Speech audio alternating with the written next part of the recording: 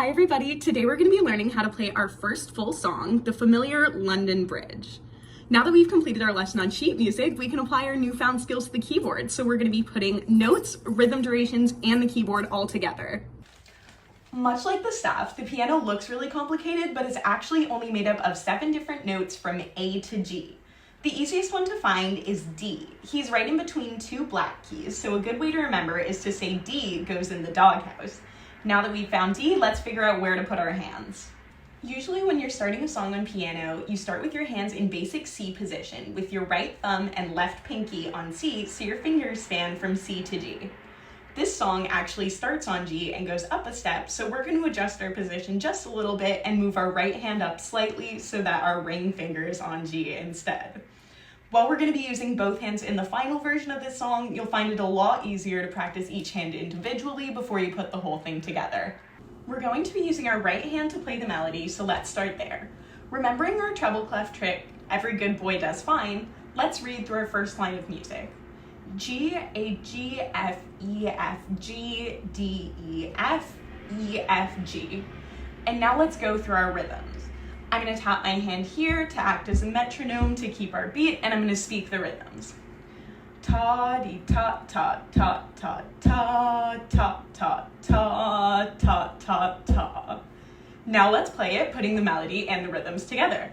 Don't forget to start with your ring finger on G, or if you're using our virtual keyboard, G corresponds to O on your computer keyboard. All right, with that, let's get into it.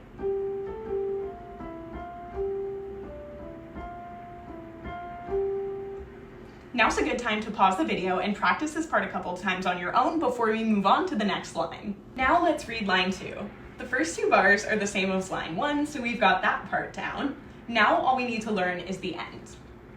D, G, E, C, set to the rhythm ta, ta, ta, ta. All right, with that, let's play through line 2.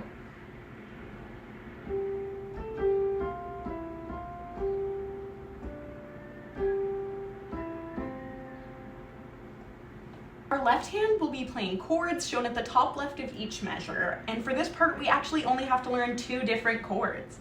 A chord is composed of 3 notes spaced a third apart, starting from the note that it says on the page. So our first chord is C, so we're going to get our left pinky finger and put it on C, which is very familiar to our C position.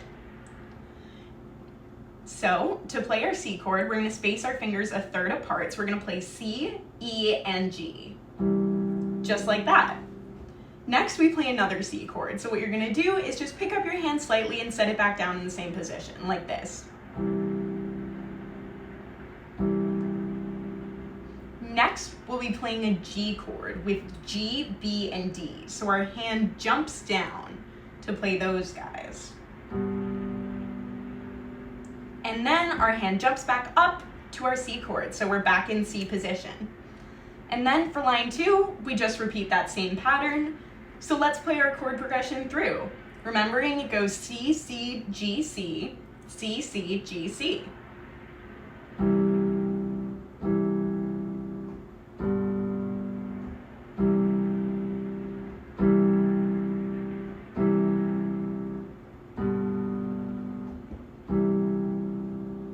Now is a good time to pause again and make sure you can play through both the right hand melody and the left hand chords confidently, since our next step is going to be to bring everything together. All right, now let's piece our whole melody together.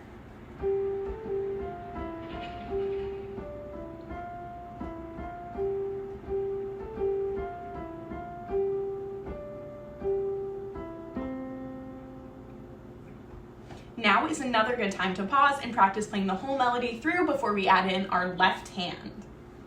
While I do recommend playing through a couple more times slowly, here's how our final result will sound.